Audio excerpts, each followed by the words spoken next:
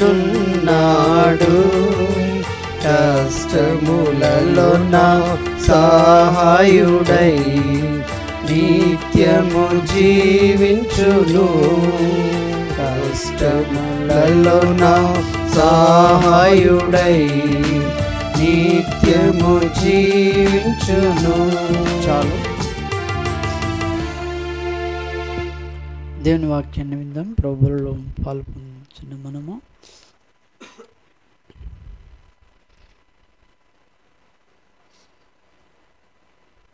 దేవుని వాక్యం 1 కొరింథీయులకు రాసిన పత్రిక 11వ అధ్యాయము 28వ వచనం కంటతా ఉంది అనుకుంటే అందరూ చదవండి. కాబట్టి ప్రతి మనుషుడు తను తాను పరీక్షించుకునవలను, అలాగూ చేసి అరటిని తిని ఆ పాత్రలోనిది త్రాగవలను. ప్రభు సహాయం కొరకు మనం ప్రార్థన చేసుకుందాం. ప్రేమగల తండ్రి, పరిశుద్ధుడు అయిన మా దేవ, నీకు వందనం చెల్లిస్తుంటున్నాం. ప్రేమించి జ్ఞాపకం చేసుకుని మీ యొక్క అమూల్యమైనటువంటి తండ్రి నీ యొక్క జీవ వాక్కును మీరు మాకు అనుగ్రహించి ప్రభువా మమ్మల్ని వెలుగు సంబంధులుగా పగటి సంబంధులుగా చేసి మమ్మల్ని నడిపిస్తున్నందుకే నీకు వందనం చెల్లిస్తూ, ఇంతగా మమ్మల్ని ప్రేమించిన మా ప్రభువుకు నేను ఏమి ఇవ్వగలను ప్రభువా, ఇంతగా మేమి సమర్పించుకున్నప్పటికీ అది చాలాదని ఒప్పుకుంటూ మమ్మల్ని తగ్గించుకుంటూ చదవబడిన వాక్యం ద్వారా మాతో మీరు మాట్లాడుతున్నామని యేసు నామములో స్తుతించి ప్రార్థిస్తున్నాం తండ్రి, ఆమేన్. దేవుని యొక్క వాక్యాన్ని మనము తరచుగా ధ్యానం చేస్తూ ఉంటాం కదా. ఏ మాటను కాబట్టి ప్రతి మనుషుడు తను తాను పరీక్షించుకొనవలనని మనము ధ్యానం చేస్తూ ఉంటాం. అయితే ఈ ఆత్మీయమైన జీవితంలో విశ్వాస యాత్రలో మన యాత్ర అయిపోలేదు. ఇక్కడ మన యాత్ర అయిపోయిందా? అయిపోలేదు. కాబట్టి మనం ఏం చేయాలంటే ప్రతి క్షణము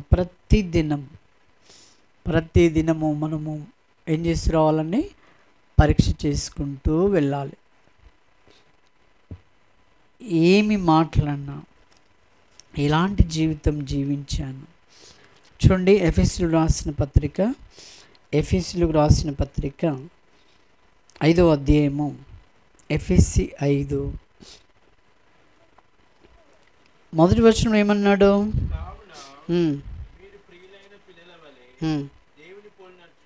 చాలు. మీరు ఏం చేయాలట? ప్రియులైనటువంటి పిల్లల వల్లే ఎవరిని పోలి నడుచుకోవాలి? దేవుని పోలి నడుచుకోవాలి అంటున్నాడు. ఇప్పుడు మరి దేవుని పోలి నడుచుకుంటున్నామా అనేది మనం ఈ సమయంలో ఏం చేయాలట? పరీక్షించుకోవాలి. అది ఆయన కోరేది. దేవుని పోలి నడుచుకోండి. మనం ఎవరికి పోలి నడుచుకోవాలి? మన నాయకులు కాదు, నేను కాదు, బక్సింగ్ అన్న కాదు, ఇంకెవరు కాదు. ఈ లోకంలో ఎవరైనా వాళ్ళందరూ కూడా దేవుని పోలి నడుచుకున్న వాళ్ళే. మనము కేవలం మనుషులకు ఎక్కువ ప్రాధాన్యత ఇస్తూ ఉంటారు. నన్ను ఒక ఆయన ప్రశ్న అడిగాడు, ఏమంటే మీరు ఎక్కువగా బక్సింగ్ అనే దేవునిలాగా చేస్తారు కదా అన్నట్టుగా మాట్లాడాడు నన్ను. అంటే నేను ఎక్కడ చేశాను చెప్పండి అని అంటే మళ్ళీ దానికి జవాబు లేదు. ఎక్కడ చేసామో చెప్పండి. ఏమైనా ఆరతులు ఇచ్చామా, పూలదండలు వేసామా, లేకపోతే నువ్వే అనుకుంటా పండుకున్నామా, ఏంటి అసలు ఎక్కడ? ఆయన భక్త్ సింగ్ గారు మాకు ఒక పెద్దన్నగా మేము పిలుస్తాం. ఆయన దేవుని పోలి నడుచుకున్నాడు. ఆయనను పోలి నన్ను పోలి నడుచుకుండని బైబిల్లో ఒక ఆయన అన్నాడు. ఎవరైనా? పౌలు అన్నాడు. సరే, పౌలు మనం చూడలేదు కాబట్టి మనం చూస్తున్న వ్యక్తి ప్రజెంట్గా చూస్తున్న వ్యక్తి అంటే బక్సింగ్ అన్న గారు. కాబట్టి ఆయన ఆయన ఎలా ప్రభువులో వెంబడించాడు అనేది మనము నేర్చుకునే వారంగా ఉండాలి. నేను బాగా ఆయన దగ్గర నేర్చుకున్నది ఒకటే అండి, ఏంటంటే ఏ విషయం కూడా ప్రభు దగ్గర అడగాలి. నీ డబ్బు, నీకు ఉన్నది, ప్రతి విషయం. నాకు అంతకుముందుకు నేను ఇక్కడ వెళుతున్న దాంట్లో అది లేదు, అలాంటిది లేదు. నేను ఇంతకుముందుకు వెళుతున్న ఆ సంఘంలో కానీ ఎప్పుడైతే ఇక్కడికి వెళ్ళానో అప్పటి నుండి నేనేం నేర్చుకున్నానంటే ప్రతి అవసరత అక్కర ఎవరిని అడగాలట? దేవుణ్ణి అడగాలి, దేవుణ్ణి అడగాలి. అందుకే నేను చెప్తున్నాను, ఈరోజు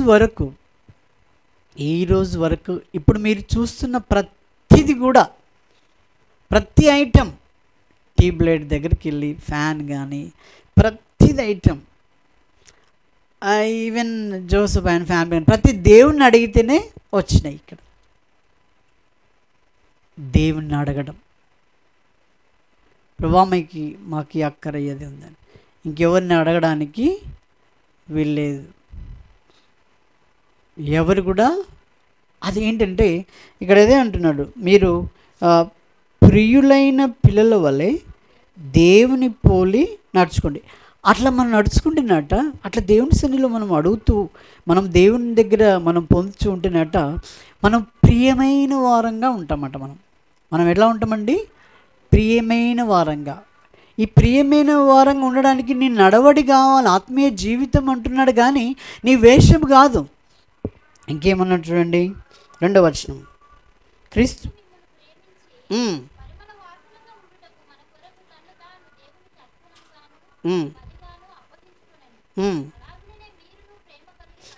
చాలు. ఆయన ఏం చేశాడండి? క్రీస్తు మనల్ని ప్రేమించి పరిమళ వాసనగా. పరిమళ వాసన ఎలా ఉంటుందండి? ఈ వాసన బాగుంటుంది, అంతే కదా. పరిమళ వాసనగా ఉండడానికి కొరకై ఇప్పుడు మరి మన వాసన ఎలా ఉండాలంట? మన వాసన అంతా కంపు కదా. మన వాసన ఎలాంటిదండి? కంపు అన్నట్టు. ఇందులో కంపులో రకరకాలు, ఆచార కంపు ఇంకా ఘోరం, బంధువుల కంపు ఇంకా ఘోరం, ఇక గుట్కాల కంపు అదొక ఘోరం, త్రాగుడు కంపు అదొక ఘోరం. రకరకాల వాసనలు మనిషిలో వస్తూ ఉంటాయి అన్నట్టు. సో దేవుడు ఏం చేశాడట? ఈ వాసనలన్నిటి నుండి వాటన్నిటి నుండి తొలగించి మీరు పరిమళ వాసనగా ఉండుటకు మన కొరకు తన్ను తాను దేవునికి అర్పణగా దేవుడు యేసుక్రీస్తు ప్రభువారు నిన్ను పరిమళ వాసనగా చేయడానికి కొరకు. నిన్ను ఎలా చేయడానికి కొరకు అండి? పరిమళ వాసనగా. అంటే నిన్ను ఒక వెలుగు సంబంధిగా, నిన్ను ఒక పగటి సంబంధిగా, చీకటి జీవితం నుండి నిన్ను తొలగించి నీకు వెలుగునివ్వడానికి కొరకై యేసుక్రీస్తు ప్రభు దేవునికి ఏమైపోయాడట? అర్పణగా చేయబడ్డాడు, బలిగా అర్పించుకొనెను. అలాగుననే మీరును ఏం కలిగి ఉండాలటండి? ప్రేమ కలిగి నడుచుకోండి. మీరును ప్రేమ కలిగి నడుచుకోండి అని చెప్పాడు.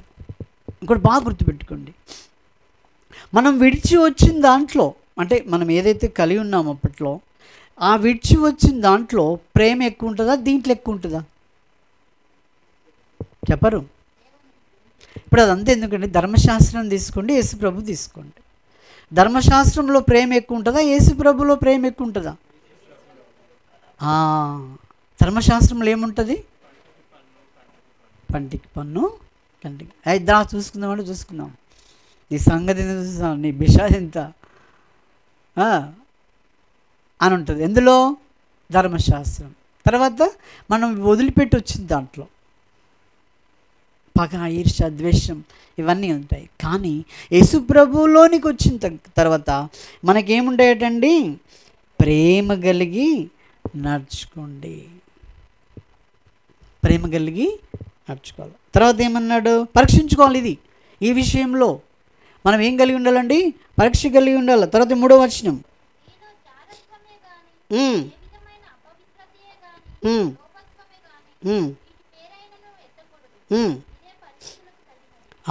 పరిశుద్ధులు. మనమందరం ఎవరమాట? ఇప్పుడు మనం ఎవరమండి?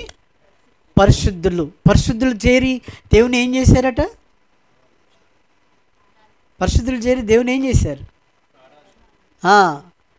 అదే అర్పించేదేమో పాటలో మనం చూసాం కదా, పరిశుద్ధులము చేరి మనం ఆయనకు ఆరాధన అర్పించాం. కాబట్టి మనలో ఏముండొద్దు అంటే ఇప్పుడు ఇక్కడ ఆయన అంటున్నాడు, మీలో జారత్వం ఉండొద్దు, పరీక్షించుకో. మీలో ఏముండొద్దండి, జారత్వం ఉండొద్దు. ఏం చేసుకోవాలి మనము ఈ సమయంలో? పరీక్షించుకోవాలి. క్రైస్తవ జీవితం అంటే గుడ్డిగా పోవడం కాదు. ఇది క్రైస్తవ జీవితం అంటే, లేకపోతే పరిశుద్ధ జీవితం, పరిశుద్ధులైన బిడ్డలంటే గుడ్డెద్దు చేనులో పడ్డట్టు కాదు. గుడ్డెద్దు చేనులో పడితే ఎట్లా మేస్తుంది? అది తెలియదేం పాపం మీకు. అది అంటే మీరంతా ఇప్పుడు నవీన్ మొన్న బ్రదర్ అంటుండే, మీదంతా మీరు మీ సంఘం అంతా ఎడ్యుకేటెడ్ కదా అంటుండే మొన్న. ఎవరు అని పేరు ఏం పేరండి? Reynold Wesley. కాబట్టి మీరు ఎడ్యుకేటెడ్స్. కాబట్టి గుడ్డెద్దు చేనులో పడితే ఒక దగ్గర ఉన్నది తెలియదు, అట్లా అట్లా అట్లా మేసుకుంటూ గరిక అది సరే. కొన్ని మనకు ఇప్పుడు అన్నలాగా చెప్తుంటే నేను విని నేర్చుకున్నాను. ఇవి నాకేమి రావు. కాబట్టి ఇక్కడ ఏమంటున్నాడు? మీలో జారత్వం కానీ, ఏ విధమైన అపవిత్రతే కానీ, లోభత్వమే కానీ వీటి పేరైనను ఎత్తకూడదు. ఇప్పుడు నువ్వు వెలుగు సంబంధివి, పగటి సంబంధివి, నువ్వు పరిశుద్ధుడు. నీలో ఏముండొద్దండి? అపవిత్రతే కానీ, అపవిత్రత నీలో ఉండకూడదు. పరీక్షించుకో. క్రీస్తు బిడ్డవుగా నువ్వు ఎలా నడుస్తున్నావు పరీక్షించుకో అంటున్నాడు. ఇది పరిశుద్ధులకు ఏంటిదండి? తగదు. తర్వాత ఏమన్నా 4వ వచనము, కృతజ్ఞతా వచనమే మీరు ఉచ్చరింపాలి. మీరు బూతులైనను, పోకిరి మాటలైనను, సరసోక్తులైనను ఉచ్చరింపకూడదు. ఇవి మీకు తగవు. అర్థమైందా అండి? క్రైస్తవ జీవితం అంటే ఇన్ని కష్టాలు. కష్టమా సుఖమా చెప్పండి? ఎందుకంటే ఇవి చాలా మరి చెప్పాడు. మీరు కృతజ్ఞత వచ్చినమే చెప్పాలట. నిన్ను దూషిస్తున్న వాళ్ళను దేవుడిని దీవించునుగాక అని అంటుండాలట. మన మీద యేసుప్రభు అలాగే చేశాడు కదా. యేసుప్రభు మీద ఏం చేశారంటే ఉమ్ము వేశారు, ఆయన తిట్టారు, ఆయన గేలి చేశారు, అవమానపరిచారు. అయితే వారిని ఏమన్నాడు? ఆయన ప్రేమిస్తూ వచ్చాడు, ఏమనలే కదా. ఇప్పుడు మీరు ఎలా ఉండాలట? ఎంత బ్రతుకు వాడు నా మీద తిడతాడా, నా మీద ఉంచుతాడా, వాడి సంగతి ఏందో పనులు కొరుకుతాం మనం కదా. పనులు కొరికి జీవిస్తాం. క్రైస్తవ బిడ్డలు అది కాదు. క్రైస్తవ బిడ్డలు పరిశుద్ధులైన వారు ఏం కలిగి ఉండాలండి? వారు ప్రేమ కలిగి ఉండాలంటున్నాడు. మీరు ప్రేమను పంచండి అన్నాడు. మీరు ప్రేమ కలిగి నడుచుకోండి అన్నాడు. తర్వాత ఏమన్నాడు ఇక్కడ? మీరు ఉచ్చరింపవాలను. బూతులు మీ నోట రాకూడదు. బూతులు అంటే ఎలా ఉంటాయండి? చెప్పొద్దులేండి, మీరు చెప్పొద్దు, మళ్ళీ కష్టం కదా. మీరు బూతులు రాకూడదు. మీ నోట ఏం రావద్దండి? బూతులు రావద్దు. నేను చిన్నవాడిని, నాకంటే పెద్ద ఆయన చిన్నప్పుడు కొడుతుంటే నేను ఆయన మళ్ళీ కొట్టలేను కదా. ఏమొచ్చు నాకు? బూతులు ఒకటి వచ్చు అంతే. ఎందుకంటే నాకు చేత కాదు కదా, కొట్టలేను ఆయన. కాబట్టి మనము ఏం చేస్తాం? మనకున్న అలవాటు ఏంటి? అది బూతులు తిట్టడం. ఇంకేమనంటే నేను కట్టకపోను, వేరే వాళ్ళు పెద్దోళ్ళు అంటారు, నేను కట్టకపోను, నీ పేరు మాయా, నువ్వు మాసిపోను, నీ రకరకాలుగా ఇష్టమున్నట్టు తింటుంటారు. అది ఎప్పుడు? అన్ని జనాంగంగా ఉన్నప్పుడు నువ్వు చేయవచ్చు. కానీ ఇప్పుడు ఏమైపోయావు? నీవు క్రీస్తు పరిమళ వాసనగా చేయబడ్డావు, పగటి సంబంధిగా నీవు ఉన్నావు, ఇప్పుడు దేవుని బిడ్డవు నీవు. కాబట్టి నీలో ఏముండొద్దండి?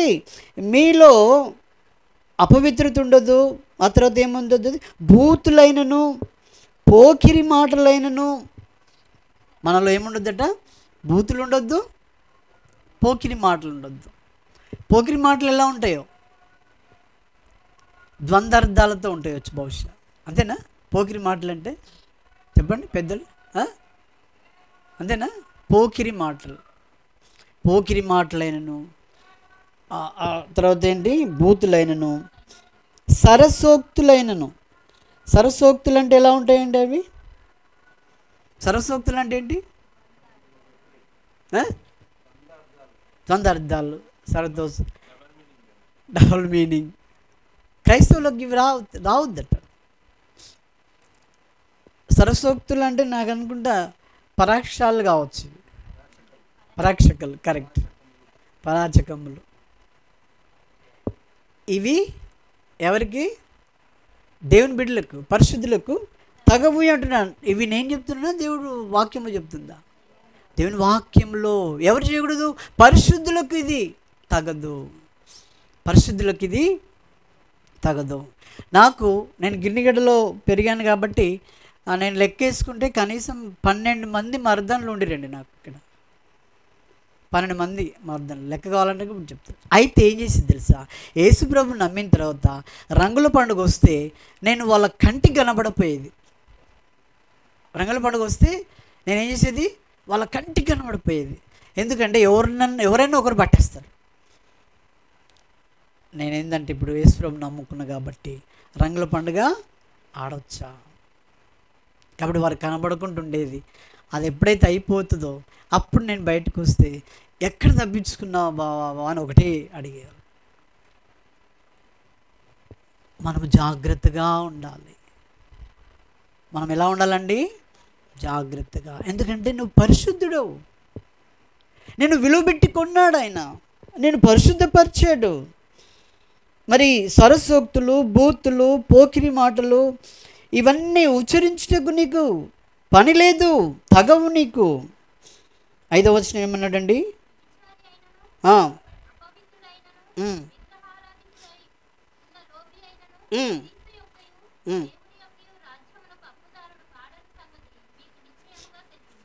చాలు. దేవుడు మనకు యేసుప్రభు నమ్మిన తర్వాత మనకి ఏం హక్కు ఇచ్చాడు తెలుసా అండి? పరలోకపు హక్కు ఇచ్చాడు. అర్థమైందా? పరలోకపు హక్కు. ఆ మాట చూద్దాం, చూడండి. మనకు పరలోకము యొక్క హక్కు మనకి ఇచ్చాడు. చూడండి, ఫిలిప్పీలు రాసిన పత్రిక 3వ అధ్యాయము, ఫిలిప్పీ 3:20 వచనం చదవండి.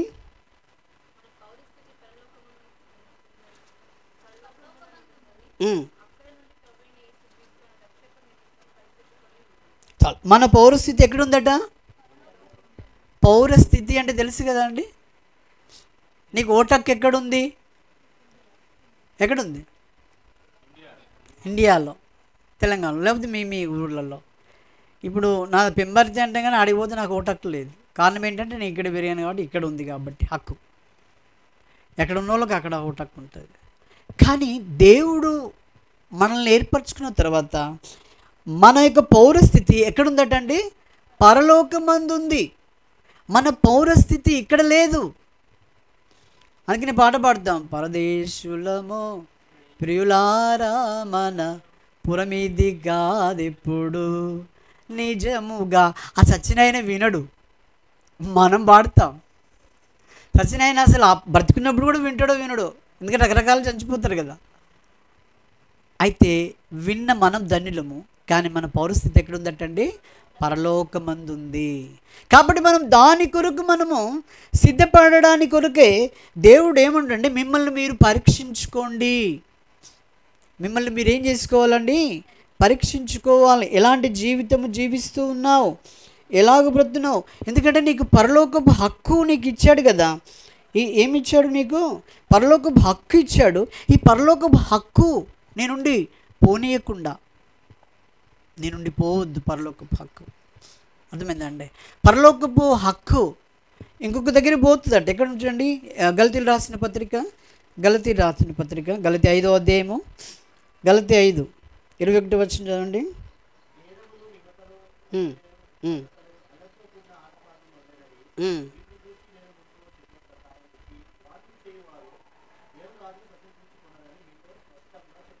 కాబట్టి లోక సంబంధమైనటువంటి పాపంలో నీవు ఉన్నట్టయితే, అంటే భేదాలు కలిపియడము, అక్కడ ఏమన్నాడండి? 21 కదా. భేదములు, విమతములు, అసూయలు, మత్తతులు, అల్లరితో కూడిన ఆటపాటలు ఇవి నీలో ఉన్నట్టయితే దేన్ని స్వతంత్రించుకోవాట? దేవుని రాజ్యమును స్వతంత్రించుకోనే నేరవు. కాబట్టి మన పౌరస్థితి ఎక్కడుంది? పరలోకంలో ఉంది. ఆ పరలోకంలో ఉన్నప్పుడు మనం దేవుని రాజ్యాన్ని స్వతంత్రించుకుంటాం. ఏవి చేయకూడదు? భేదములు పెట్టకూడదు. మనం ఏం చేద్దండి? భేదములు పెట్టకూడదు. ఆ తర్వాత ఏం చేయకూడదు? విమతములు, అసూయ ఉండొద్దు, మనకు మత్తతులు ఉండొద్దు, అల్లరితో కూడిన ఆటపాటలు ఇవి ఉండకూడదు. కాబట్టి జాగ్రత్త. ఎందుకంటే దేవుని రాజ్యానికి హక్కుదారుడు నువ్వు. దేవుని రాజ్యానికి ఇక్కడ అన్ని దొంగతనాలు చేసి, ఇక్కడ ఒక బందిపోటు పేరు లేకపోతే ఒక దొంగ పేరు ఉన్న తర్వాత అమెరికాకి పోదా అంటే ఆయన పంపిస్తారు? ఆయనను చెప్పండి, అస్సలే పంపరు. ఎందుకంటే ఆయనకు పాస్పోర్టే ఇవ్వరు. పాస్పోర్ట్ కావాలన్నప్పుడు ఎవరు వస్తారు చెక్కింగ్కి? ఇక్కడికి పోలీసు వస్తుంది. పోలీసు వచ్చి ఏం చెక్ చేస్తుంది? ఈయన ఎలాంటి వాడు, ఈయన మీద ఏమైనా కేసులు ఉన్నాయా, ఎందుకంటే ఆ రాజ్యాన్ని పోయి స్వతంత్రించుకోవడానికి ఈయనకు లేదు అనడానికి. కాబట్టి దేవుడు ఇప్పుడు నిన్ను పరీక్ష చేసుకోమంటున్నాడు. ఎందుకంటే నువ్వు ఆ రాజ్యంలో స్వతంత్రించుకోవడానికి నీలో కంప్లీట్గా ఆ లోక సంబంధమైనవి తెగిపోయినాయా, లోక సంబంధమైన నువ్వు కలిగి ఉన్నావా ఇంకా? కాబట్టి జాగ్రత్త. నువ్వు ఎలా వెతుకుతున్నావు? నేను క్రైస్తవురాలని అయిపోయాను, నేను క్రైస్తవ జీవితం జీవిస్తున్నానని ఆ సంతోషం కాదు. నువ్వు పరీక్షించుకో ప్రతి విషయాన్ని పరీక్షించుకుంటూ ఈ లోకంలో మనం ఎలా వెళ్ళాలండి? యథార్థ హృదయం కలిగి మనం ఏం చేయాలట? యథార్థమైనటువంటి హృదయం కలిగి మనం వెంబడిస్తూ రావాలి. మనము ఏమాత్రం కూడా మనము ఆయన వెంబడిస్తున్న టైంలో మనకు ఏ జీవితం కావాలండి? ప్రార్థనా జీవితం కూడా చాలా ప్రాముఖ్యమై ఉండాలి. లూకాసు సువార్త 18వ అధ్యాయము 1వ వచనంలో విధురాలు ఏమంటుందండి అక్కడ?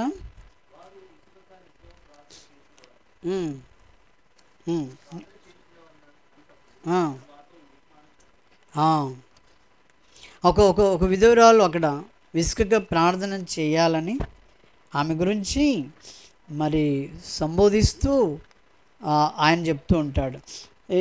ఆమె ఏం చేస్తుందంటే 2వ వచనం 18:2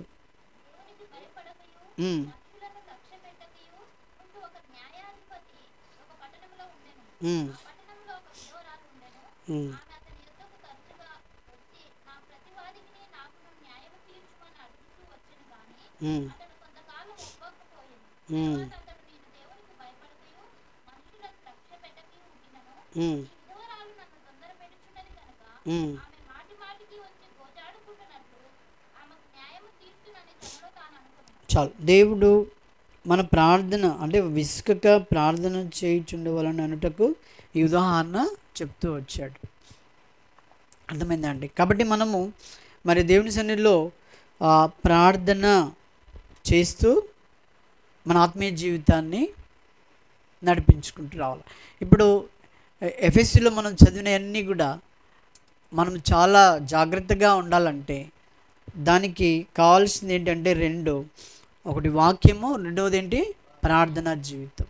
ప్రార్థనా జీవితం లేకపోతే మనము విశ్వాసిగా ఈ లోకంలో మరి జీవించలేము.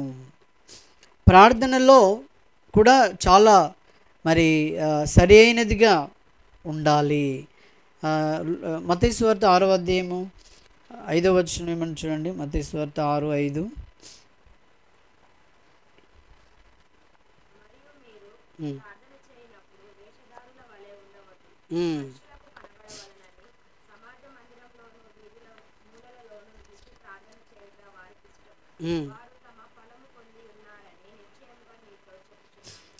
చాలు. వారు ఏం చేయొద్దండి, మరి ప్రార్థన చేయనప్పుడు వేషధారుల వల్లే మనం ఉండకూడదు.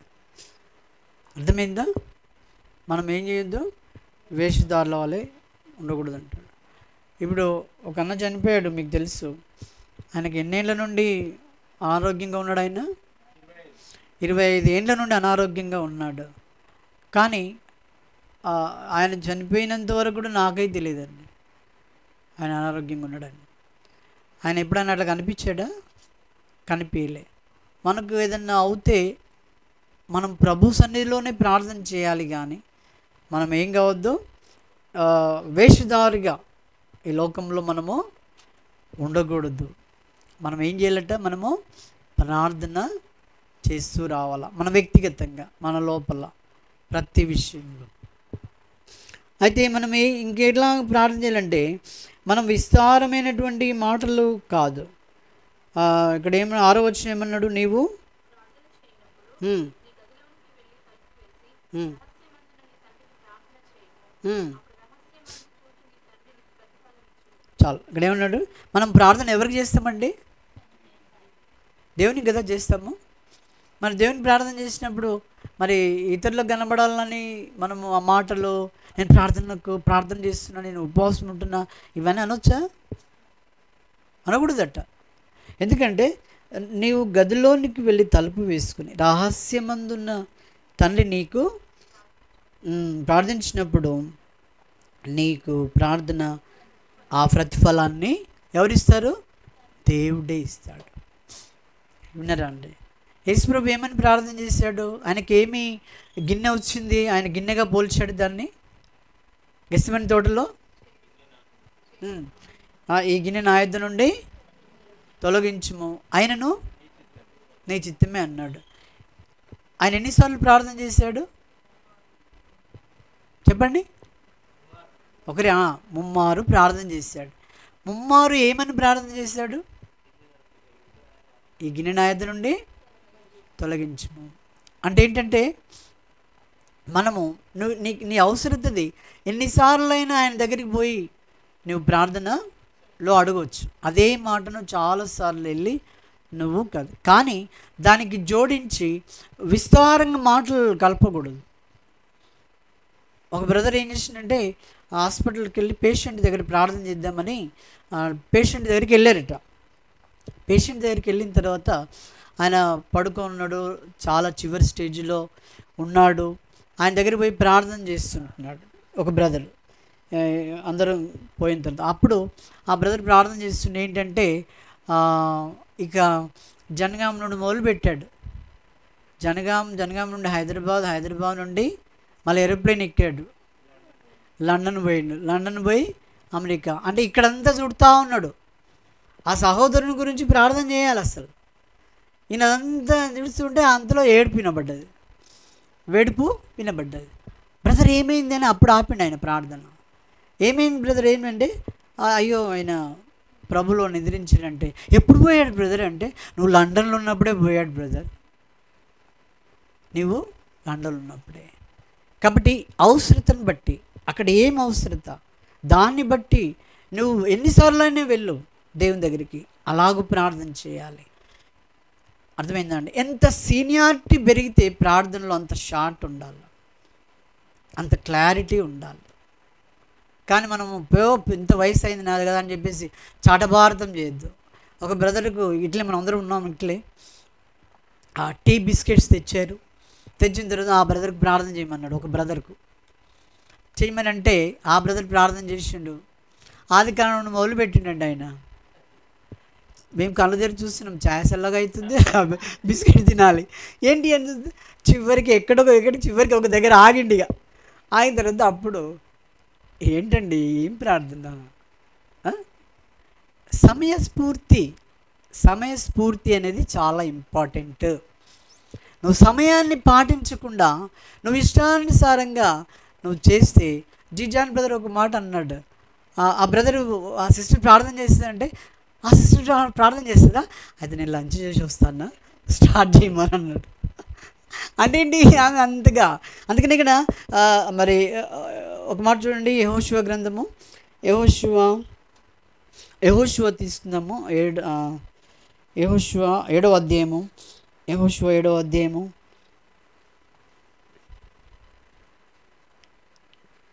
9వ వచనం నుండి 11 వరకు చూడండి.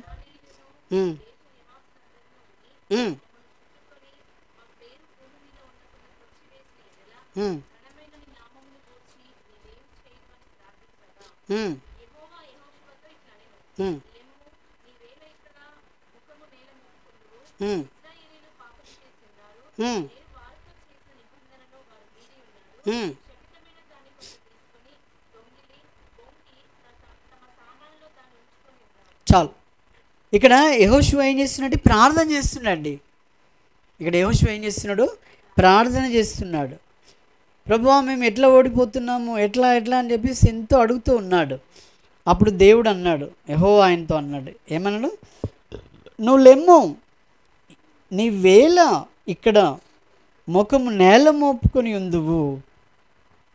లే, మోకరించినావు కదా, నువ్వు లే, నువ్వు ఎందుకు ప్రార్థన చేస్తున్నావు ఇక్కడ? అయ్యో ప్రభువా ఏంటి, ఏమైంది అని అంటే, నేను ఏదైతే చేయకూడదు అన్నానో నీ ఇశ్రాయేలు సమాజము ఏం చేసిందండి? పాపం చేసింది. ఆ ఆజ్ఞను మీరి ఉన్నారు, నిబంధనను మీరి ఉన్నారు, కాబట్టి పాపం చేశారు. ఆ పాపమును చూడు, ఆ పాపం నువ్వు చూడకుండా తీసివేయకుండా నువ్వు మోకరించి ఇక చడభారతం పెట్టుకుంటే నీ ప్రార్థన వినడు. మనం ఏమై ఉండాలండి? నీలో ఉన్న పాపము, ఎక్కడ పాపము నీ కుటుంబం ఎక్కడ చేస్తుంది? యోబు ఏం చేశాడు? మొదటి అధ్యాయంలో త్వర చూడండి, త్వరగా చూద్దాం. మొదటి అధ్యాయము, యోబు గ్రంథం మొదటి అధ్యాయము,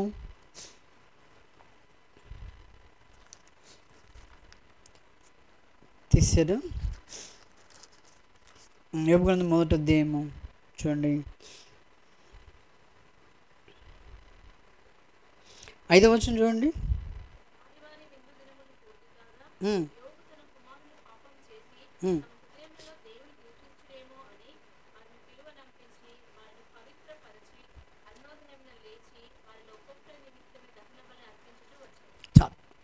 వాళ్ళ కుటుంబం పాపం చేస్తుందేమో అని, కుటుంబము పాపముగా ఉంటుందని చెప్పేసి వాళ్ళను లేపి పిల్లలను ప్రార్థనకు కూర్చోబెట్టి, ఆ తర్వాత మరి దేవుని ఇక్కడ దూషిస్తురేమో అని వారి కొరకై బలి అర్పిస్తూ వచ్చాడు. ఎవరు? యోబు. యోబు అది చేస్తూ వచ్చాడు.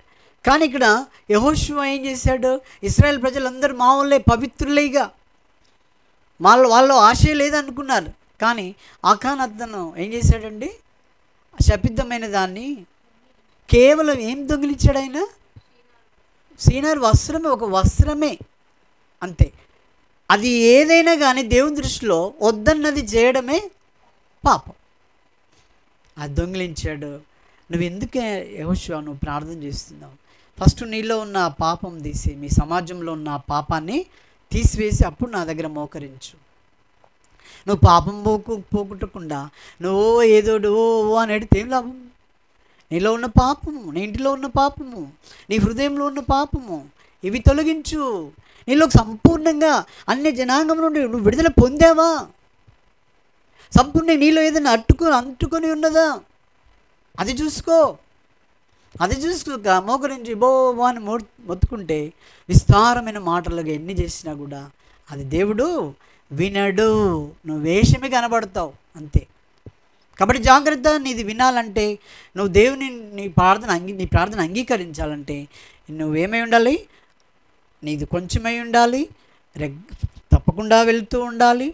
ఆ తర్వాత నువ్వు పరీక్షించుకొని ఈ లోకంలో ఆత్మీయ జీవితాన్ని మనం జీవిస్తూ రావాలని ప్రభు కోరుతుంటున్నాడు. కాబట్టి ఇటు వాక్య తలంపులతో మనం వాళ్ళలో పాలు పొందుదాం.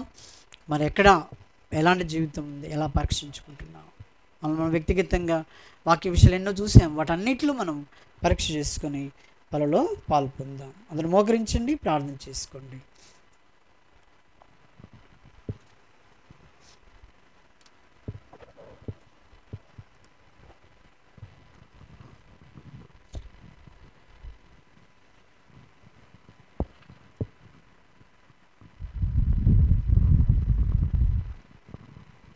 ప్రార్థన చేసుకొని ప్రభు బలలో చేయవేద్దాము. మనల్ని మనమే పరీక్ష చేసుకుందాం. కాబట్టి ప్రతి మనుష్యుడు తను తానే పరీక్ష చేసుకొని అలాగే చేసి ఆ రొట్టెను తిని ఆ పాత్రలను త్రాగాలి అనేటువంటి మాటను ఆధారం చేసుకొని మనము